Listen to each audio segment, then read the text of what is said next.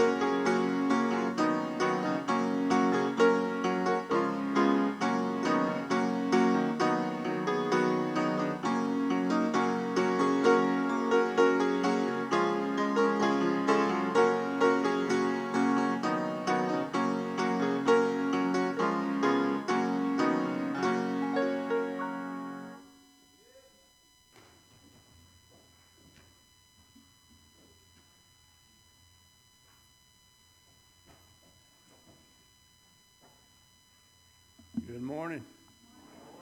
I'd say it's a joy to be out in the Lord's house this morning. Good to see each and every one of you with us. This morning we've chosen to read from Psalms chapter 100.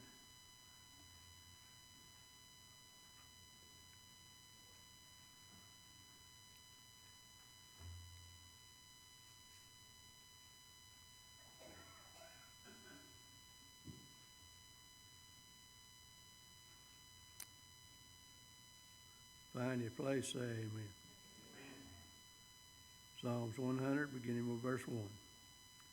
Make a joyful noise unto the Lord, all ye lands. Serve the Lord with gladness. Come before his presence with singing. Know ye that the Lord, he is God. It is he that hath made us, and not we ourselves. We are his people, and the sheep of his pasture. Enter into his gates with thanksgiving, and into his courts with praise. Be thankful unto him, and bless his name. For the Lord is good, his mercy is everlasting, and his truth endureth to all generations. Let's read the entire chapter of Psalms 100. And this time I'm going to ask the preacher if he leads in a word of prayer.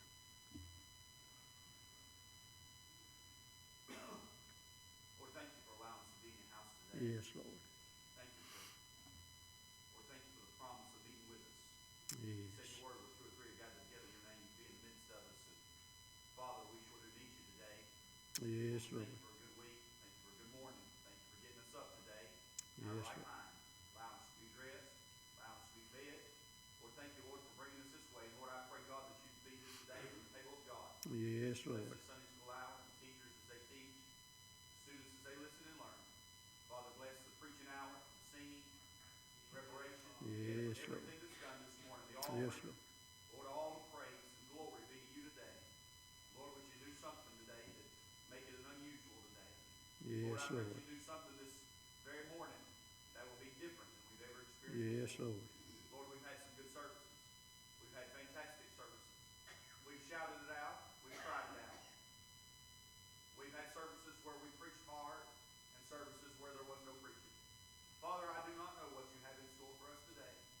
Lord, I know that whatever you have for us is good. Yes, Lord. God, help us to be in the right spirit, the right mind, the right attitude, Lord, to receive you this very day.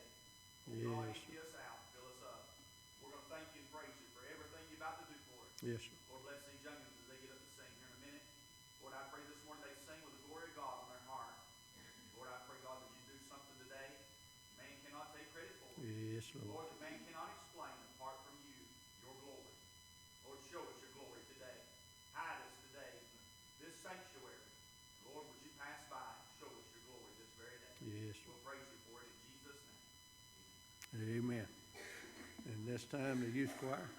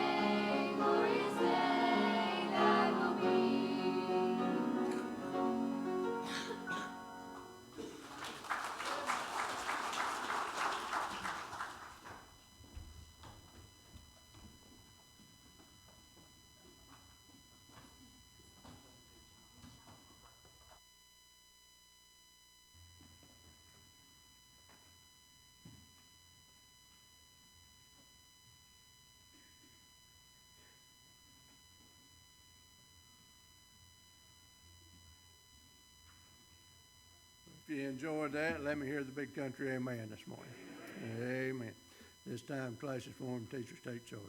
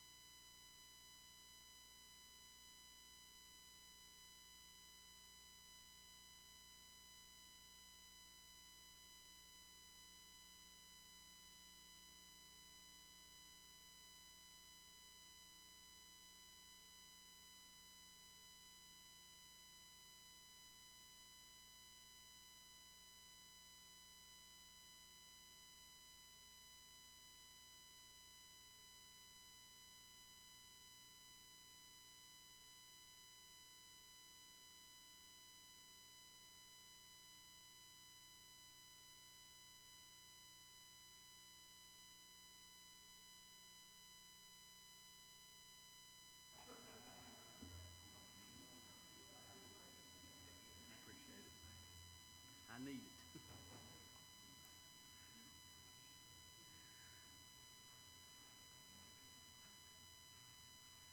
Does anybody need a quarterly this morning?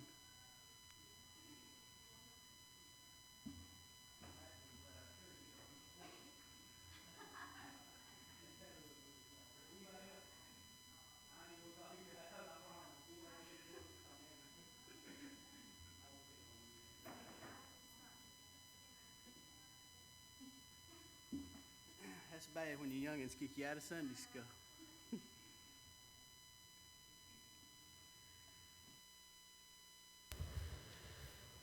Well, it's good to have everybody here this morning. We'll start out by going to the Lord in a word of prayer. Does anybody have any outspoken prayer requests? Anybody over here? Miss Kathy? Let's continue to remember Mary Barnes. She's supposed to come home today, but they told her happy birthday to us. She's supposed to miss today. And continue to remember Martin Wallace, and let's continue to remember Bessie Wallace and Faye Harper. Okay. Let's remember Miss Mary. She's been in the hospital. I think she went in the hospital Tuesday. So let's remember Miss Mary and Brother Marvin. Hopefully she'll get to come home today. Anybody else out here? Yeah, let's remember Brother Wayne Holmes. He's not with us again today. I know they done a procedure on him about his cancer here 2 weeks ago, I guess it was. So still talking to the doctors. I think he's got another appointment coming up. Junior? My cousin Joe Hunt, he's in the prayer. All right, let's remember Joe Hunt. Miss Linda?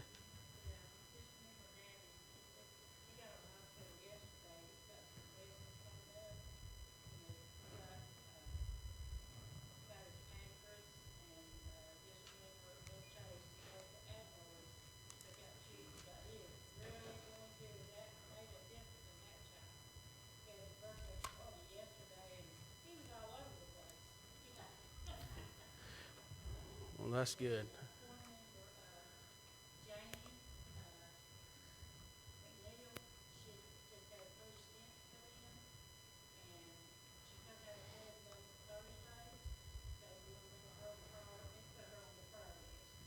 Okay. Miss Linda?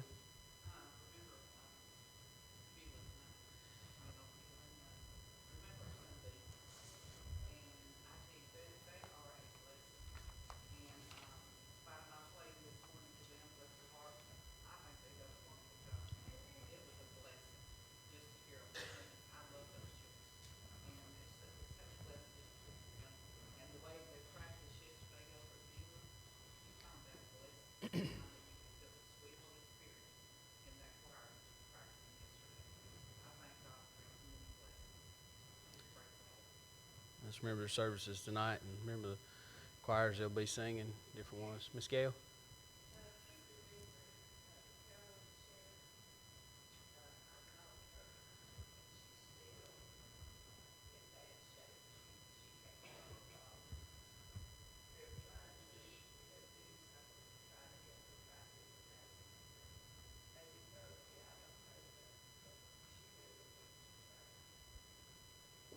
let's remember Miss Carolyn. Brother Mitchell.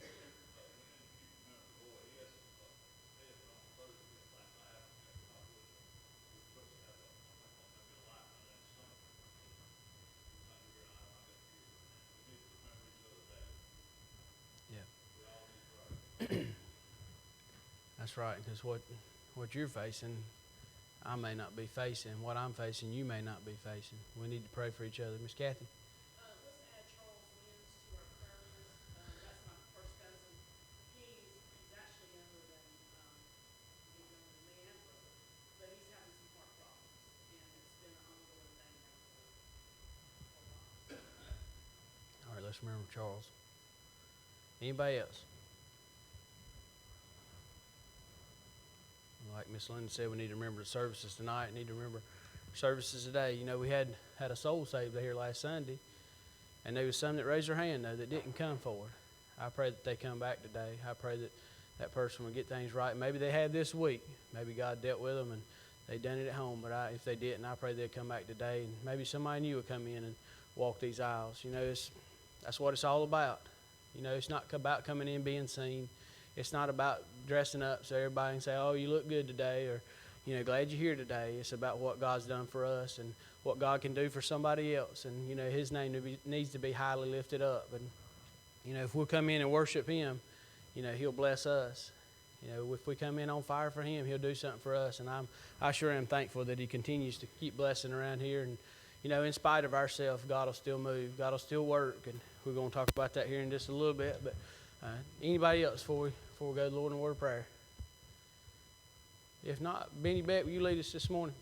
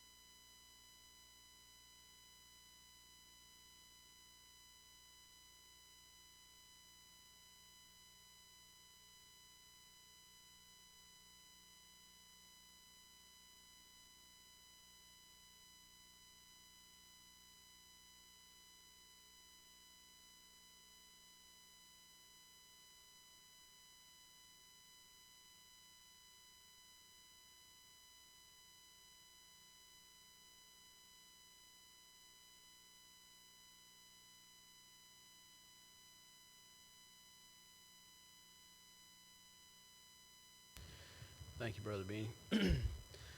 We're starting a new quarter this morning, and we skipped a little bit of from where we was at last week.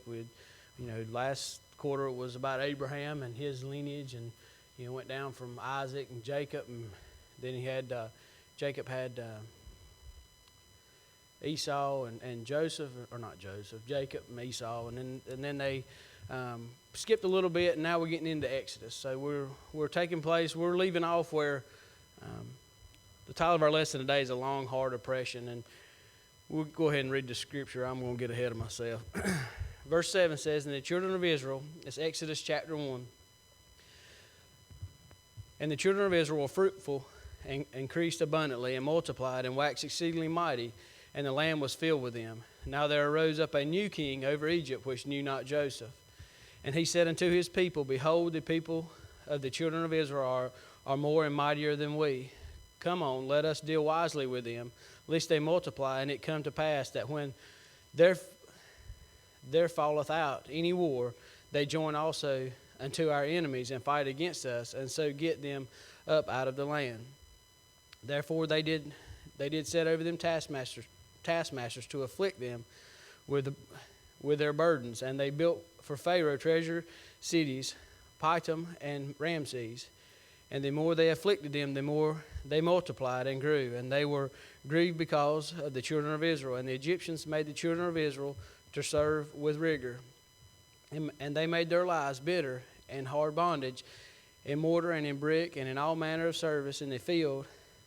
All their service wherein they made them serve was with rigor. And the king of Egypt spake unto the Hebrew midwives, of which the name of the one was Saphar, and the name of the other Puah. And he said, when ye do the office of a midwife to the Hebrew women, and see them upon the stool, if it be a son, then ye shall kill him. But if it be a daughter, then she shall save life. But the midwives feared God, and did not, as the king of Egypt commanded them, but saved the men, children alive. And the king of Egypt called for the midwives, and said unto them, why have you done this thing, and have saved the men, children alive? And the midwives said unto Pharaoh, because the Hebrew women are not as the Egyptian women, for they are lively and are delivered ere the midwives come in unto them. Therefore God dealt with them. God dealt with the midwives, and the people multiplied and waxed very mighty. And it came to pass, because the midwives feared God, that he made them houses. And Pharaoh charged all his people, saying, every son that is born ye shall cast into the river, and every daughter ye shall save alive. So we all know the story of Joseph and how he had been sold into bondage and into slavery, and then went into Egypt, and he found favor in Pharaoh's eyes, and then during the famine, all his family came and lived in Egypt or outside of Egypt. So now today we're picking up to where Joseph and all his brothers and anybody that knew Joseph had went off the scene. This king that, verse 8 says, now there arose up a new king over Egypt, which knew not Joseph. You know, if we don't keep telling others about Jesus, there's going to rise up a generation that don't know nothing about God. You know, it don't take long. One of the commentaries I was reading, I believe it was J. Vernon McGee, was talking about, he was from down in Texas or different places, but he was talking to a guy that was real big with Coca-Cola, and how much money they spent down through how much of just every sale they spent on advertising to get their name back out there. Everybody knows what Coca-Cola is. But he asked the guy, he said, well, you know, you've got such a good product. Why do you keep spending that money? And he called the name of a coffee, and I can't even remember what the name of the coffee was. He said, yeah, I used to remember that. He said, where's it at now? And the guy said, well, you can't find it nowhere. He said, it's because those people didn't put the time back into it. You know, that's the way we are as God's children. If we don't put the time back into it, there's going to rise up a generation that says, God who? Who's Jesus? Who are you talking about? You know, and that's the way these people was with Joseph. They didn't, you know, the king didn't know Joseph, but the ones before him did, and they knew the God that he served, and they knew how God had intervened and had used this man and his family, and that's where they was at today. They had come to this place, and this king, Joseph, and we all know that Joseph is a type of Jesus, and you know how he was used as that example in the Old Testament. But you know, we've got to keep telling others, because you know there is oppression that comes up against us every day. You know, the world would just soon for Christians to shut their mouths and sit back and not say nothing. You know, it's all right if another religion wants to get out and make a scene and cause all kinds of issues. Nobody will say nothing about that. But you know, you let a Christian go to saying, go to speaking, and go to and telling others what the truth, and somebody's going to shut them up pretty quick, or try to. They're going to bring oppression upon them, and that's where these people was at today. That oppression had come upon them, and you know, no matter how hard things get, no matter how dark things get, we can't give up, because there is a generation that's coming on that's going to need to know about Jesus. You know, my little boys is going to need to know about Jesus. Their little boys or girls is going to need to know about Jesus. And if we don't keep telling others, before we know it, it'll be just like it was in this day. They won't know who Joseph was. They won't know who Jesus is. But we got to keep telling. We can't have a falling away. And you know, this place has been going, was it 150, 160 years? I can't even remember how long it's been going, but we've been going a long time, and God keeps blessing. But you know why God keeps blessing? It's because we're faithful. It's not because anybody here, it's not because any family represented here, or who started it, or who didn't start it, or who was there and who wasn't there. It's because God used these people down through the years. God's using us if we'll let Him. And you know, we've got to be willing to be used. We can't say, well, you know what, it would be nice, God, if you do these things around here, and then us not show up and come to worship and come to do these things. You know, God needs us. He don't really need us, but He likes to use us to carry out His work. Because if we ain't careful, he'll have a bunch of rocks sitting in here on pews crying out on our behalf because we lazy. We're too sorry to do it. We don't need to get that complacent. We don't need to step back and say, well, okay, I've got just what I need, God, and that's all I need. I want more.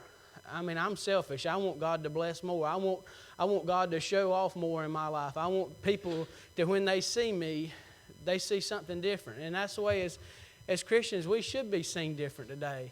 You know, when we walk into a room, somebody ought to be able to say, you know, there's something different about that old boy or that girl. You know, there's something different about them. And, you know, I wouldn't mind having a little bit of what they've got. But, you know, if we come in and people say, well, he's just about like the world, we better be checking up to see what's blinding our light from being shown out. You know, we can't hide it under a bushel. We can't come in here and shine it light and bright on Sunday morning and then go out Monday morning and go to work and say, well, you know, I don't want people to know that I'm a Christian because, you know, they might make fun of me. They might say something about me. They might talk about me. Let them talk. We serve a mighty God that's done so much for us. He sent His only begotten Son to die for us on an old rugged cross. What if somebody did say something bad about me? What if somebody did laugh at me? So what? He come and they yanked the beard from His face. They beat Him within an inch of His life. And He kept going and died for me and you so that we might be saved, so that we might have eternal life. And if He was willing to do that for me, why can't I be willing to take a stand for Him? Why can't we be willing to take a stand for Him? Because there is coming a generation that's not going to know if we don't keeping on. We've got to keep pressing towards the mark. We can't give up because, you know, we've come too far to turn back now. You know, I hear preachers preach that all the time, talk about it all the time, and, you know, it never made sense growing up what they was talking about. But you get a little bit of age on you, and I know I'm nowhere near as old as some of you in here, but the older you get, the more you realize what they was talking about. We can't give up. We can't throw in the towel, because if we do, there's going to be some people sitting in here that die and go to hell because we was too sorry to do what God's asked us to do. And I don't want nobody to die and go to hell because I'm too sorry to take a stand for what God's done for me and to let them know. But we better keeping on, because, you know, there will be a time just like it was here when they said that they didn't know Joseph. Nobody knew Joseph, but I'm glad God never forgot him. God didn't say, well, since Joseph is gone, I'm going to quit blessing these people. No, that was His chosen people. His plan was falling into place. He had already told them way before He told Abraham back in the day that they was going to go into bondage, and they're starting this bondage now. And so the clock starts ticking to where they can get into that promised land, but it was going to be a little bit on down the road. But verse 11 says, therefore they did set over them taskmasters to afflict them. You know, the world wants to set taskmasters over us. The world wants to afflict us to keep us from serving Him. You know, they want to get us down. They want to put stipulations on what we can and can't say about God. You know, I think about just in my title at work and the things that, you know, it's been several years ago. And I had a gentleman that his grandson was killed, and then the other guy was facing cancer, I believe is what it was. And on Monday mornings, I always had a meeting, and we come in, and I got through with my meeting, and I told him, I said, you know, these two men have got issues in their life, and we're going to go back in here in the warehouse and pray for them. I said, anybody that wants to join me is more than welcome to come back here, but anybody that's wanting to call HR, you're more than welcome to do that as well, because I didn't care whether I lost my job or not. These men needed prayer. They needed to see somebody that cared about them. And it shocked me of who all did come in there that morning. You know, I never did get a phone call saying you'd done something wrong or nothing like that. But we've got to take a stand, because I felt like there was taskmasters that was wanting to say, hey, you can't do that. You know, you read in your handbook, you can't. They say that you have freedom of religion, but you'd be surprised at how free that freedom is once you go to pushing that line. And that's the way it is in America today. You know, the founding fathers of this country come to get away from that oppression, but it's it's coming back upon us now. We've let sin slip in. We've let Satan slip in and to get a foothold in between us and what we actually come here to this country to set up. But we can't let the world steal our joy, because God's done so much for us. If He doesn't do anything else for me, He saved my soul and I'm on my way to heaven. If the rest of my days is just toiling for Him and nothing after heartache and bad days after this, He's done enough for me. I don't deserve what He's already given me, but He keeps continuing to bless. But we can't let the world get us down. We can't get down. We can't quit, because He's still working in spite of what this world wants to do to us. What Satan is trying to do. Satan's trying to tear down the church. Satan's trying to get us to divide, to get brothers against brothers and sisters against sisters. But we can't let him get a foothold, because the biggest tool that he has is a wedge. If Satan could drive a wedge in between me and one of you, he started a small little crack. And before you know it, he'll get all the way through it and it'll split that piece of wood. That's what a wedge is intended for. But we can't let him get that wedge in there. We've got to set ourselves apart. We've got to keep keeping on. God's faithful to His children. Every day is not going to be a bed of roses. Just because God saved us didn't say every day was going to be a good day. Some days is bad days so the world can see how good God is to us.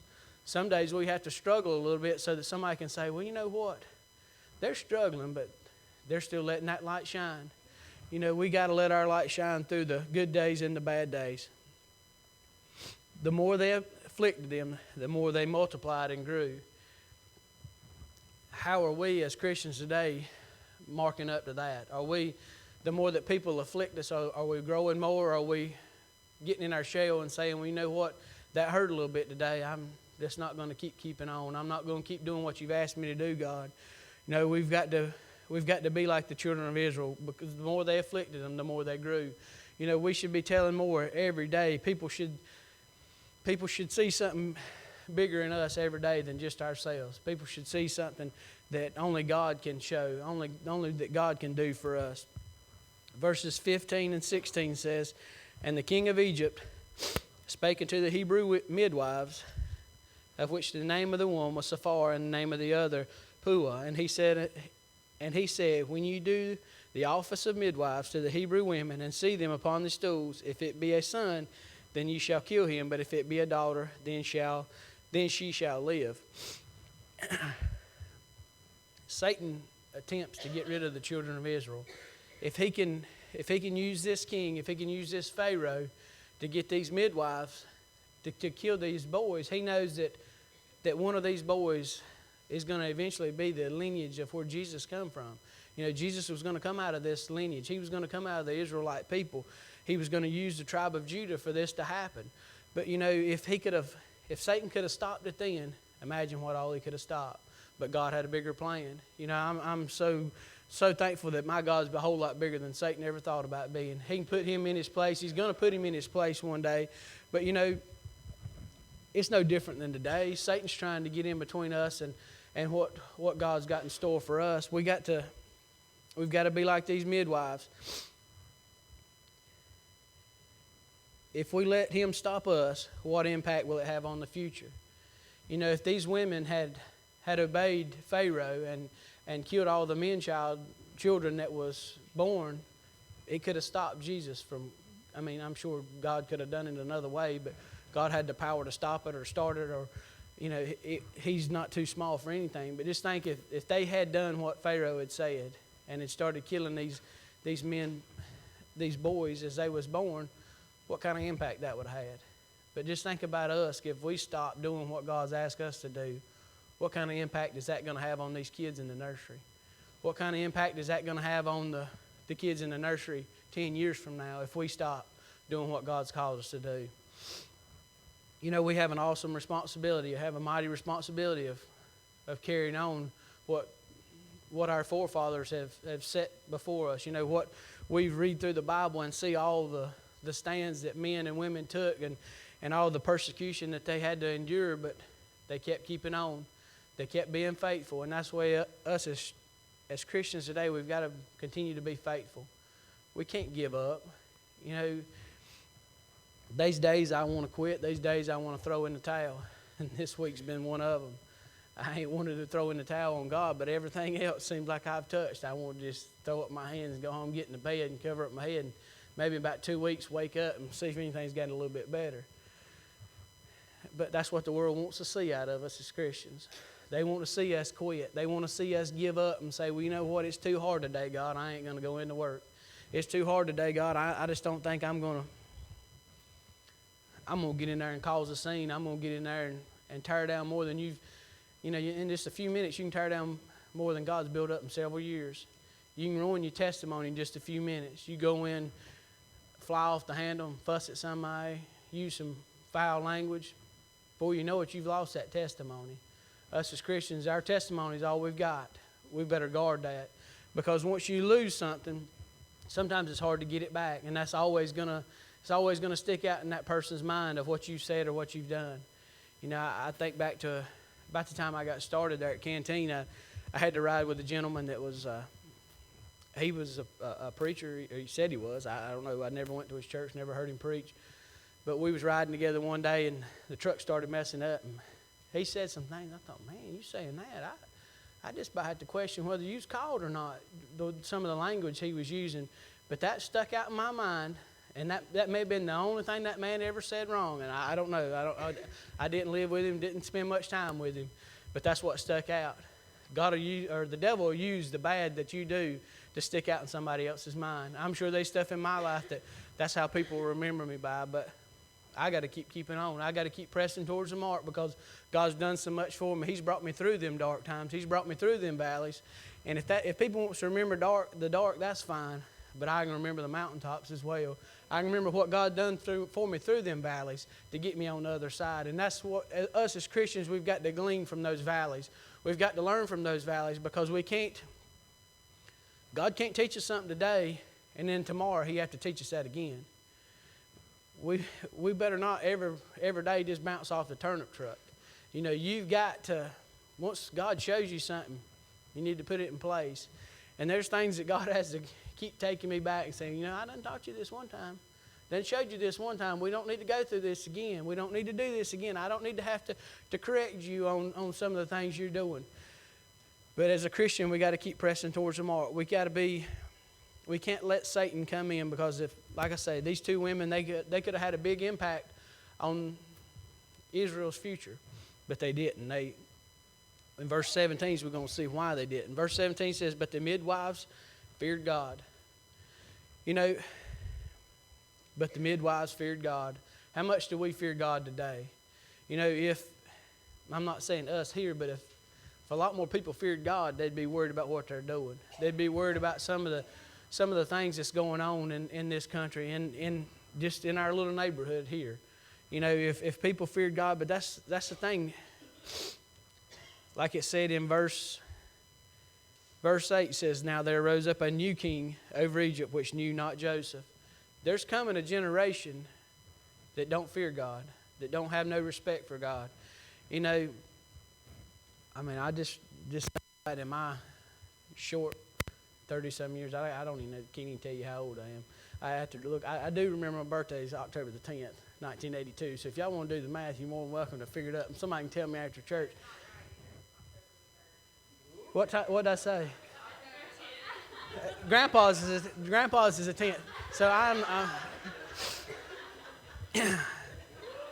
moving on. I don't even know where I was at now. Thank you, Heather. But you know, we got to fear God. We can't give up. We can't say, well, you know what? Oh, I remember what I was talking about now. You know, people used to respect God's house. You know, I can remember just when our parking lot was gravel. I remember people cutting circles in the parking lot and the older people talking about, you know, people used to wouldn't have do that. People wouldn't have done that. People wouldn't have come up and sat in the yard and drink a beer out here in the graveyard, in the parking lot. People don't fear God. I mean, when I come to clean, I take my hat off even when I come in if I've got a hat on, because that's just a hat. You know, that ain't nothing else. I fear God. I know that God's a big God. He's a God of love, but He's also a God of wrath. God will get you. If you're doing something He don't want you to do, God will get you. And these women, they had enough, and these were Egyptian women. These were not Hebrew women. They were Egyptians. This wasn't their God, but they feared God. They had seen what God had done for these people, and they knew enough about Him to fear Him. You know, you can't even get this world to even fear the church, much less God. They're taking stabs at us left and right. Nobody cares, but it's up to us as Christians today. We've got to bond together. We can't let a little turmoil come in between us and say, well, we're going to throw in the towel, we're going to give up. Because these women feared God, and just look, by them fearing God, what all God was able to do. You know, it would do us some good today to have a little bit of that fear. You know, we got to set ourselves apart. We better be different. When we go into work on Monday, we better be different. When we go into a cafe or a store, we better be different. People better say, well, that's a Christian right there. They better be able to see a difference. You know,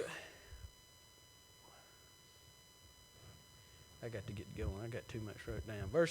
Verse 20 says, therefore God dealt with the midwives, and the people multiplied and waxed very mighty. You know, God blessed their faithfulness. You know, I was reading a little bit this morning, and where it said God, He made them houses. It didn't mean that, one commentary said it didn't mean that God physically built them houses. These women were probably more than likely they didn't have a family. But when it says God made them houses, He gave them a family. God blessed them because of their faithfulness. You know, you go to looking back through the Bible and through our lives of how God's blessed faithfulness, how God's used people, and how through them people being faithful, people's lives have been changed. You know, I just think of my short time here of the men that's come and stood behind this pulpit and the impact that they've had on this place. It wasn't the man, it was God, but their faithfulness, how God's blessed. You know, if that one person would have threw in the towel and said, well, you know what, I'm quitting, I'm done, I'm giving up. If that one person gave up, how many people would have died and went to hell because that person gave up? How many people is going to die and go to hell because we give up? How many people is going to be discouraged if we give up? We got to keep keeping on. We've got to keep pressing towards the mark, because, you know, the title of our lesson is A Long, Hard Oppression. This life, it's not easy, but I've got something a whole lot easier waiting for me on the other side. You know, I'm not supposed to be putting up my treasures down here. I'm supposed to be putting my treasures up in heaven. We've got to keep pressing towards the mark. We can't give up. We can't give in. You know, the world would like for us to compromise and say, okay, well, you know, you guys like it like this and we like it like that. But hey, how about we meet in the middle and we compromise a little bit and take some things out of our Bible and take some things out of our songs, and how about we just meet in the middle? We can't be like that. We can't give in. We can't compromise, because I was talking to a gentleman the other day. I walked into a break room and he was actually reading our commentary. And this was before last Sunday. I asked him, I said, what's Isaac doing this week? He said, oh, y'all had the same chord last. Yeah, me and him was talking, got to talking. But you know, we can't compromise. That's what we was talking about. The stand that the editor took, you know, a couple years ago when we got that letter. I can't even remember what it was on, but you know, it does matter what kind of stand you take. You know, you think of, well, if it happens in my heart, it won't affect the church. It won't affect nobody else. If I compromise a little bit, you know, if I do a few things, and so thank God will let me get by with it, it won't affect nobody else. It does. It does affect everybody, because we're going out into this community. We're going out into this world. Everybody's seeing what we're doing. Everybody's looking at us. You know, as a Christian, we're under a microscope, whether we like it or not. People's looking at us daily. Let them look. Let them look. You shouldn't have nothing in your life that's going to affect you the way they look at you. But we all have sin in our lives. We've all come short of the glory of God. But we got to keep pressing towards the mark. God has a plan and He's in control. That's the main thing to remember. Because, you know, even though these people was going into bondage for all those years that they had to go through it, God had a plan. He was going to get them through it one way or the other. You know, we lose sight of that as Christians today. We lose sight that God's give us that promise that He's coming back. He's sending His Son to come back to take us home. Whether it happens in my generation or whether it happens in my kids' generation or even their kids' generation, He's coming back. That's a promise that you can bank on. You can take that check to the bank and cash it, because He's gonna honor that promise. And all the promises that He's made down through the years, He's honored those promises. We can see in the life of the Israelites how He kept that promise. He got them out of bondage. He took them into the promised land. But God has a plan and He's in control. We can't lose sight of that. We can't say, well, it's just me. It's just me by myself today. God's never left us nor forsaken us. That's something Jesus Himself couldn't even say, because He turned His back on Him while He was on the cross. God's never turned His back on me. He's never turned His back on you. He never will turn His back on you. But a lot of times we do. We turn and try to go the other way for a little while, and before we know it, we realize you're better off to go with the flow than against it. And God will bless you if you'll stay faithful. God bless these women. God bless the children of Israel. He kept multiplying them then, because they didn't give in. They didn't quit when the taskmasters were set upon them. They kept keeping on. Thank y'all for your good attention this morning. Thank you for allowing me to stand. I think Benji will be back out here next week. Maybe he'll come back off vacation.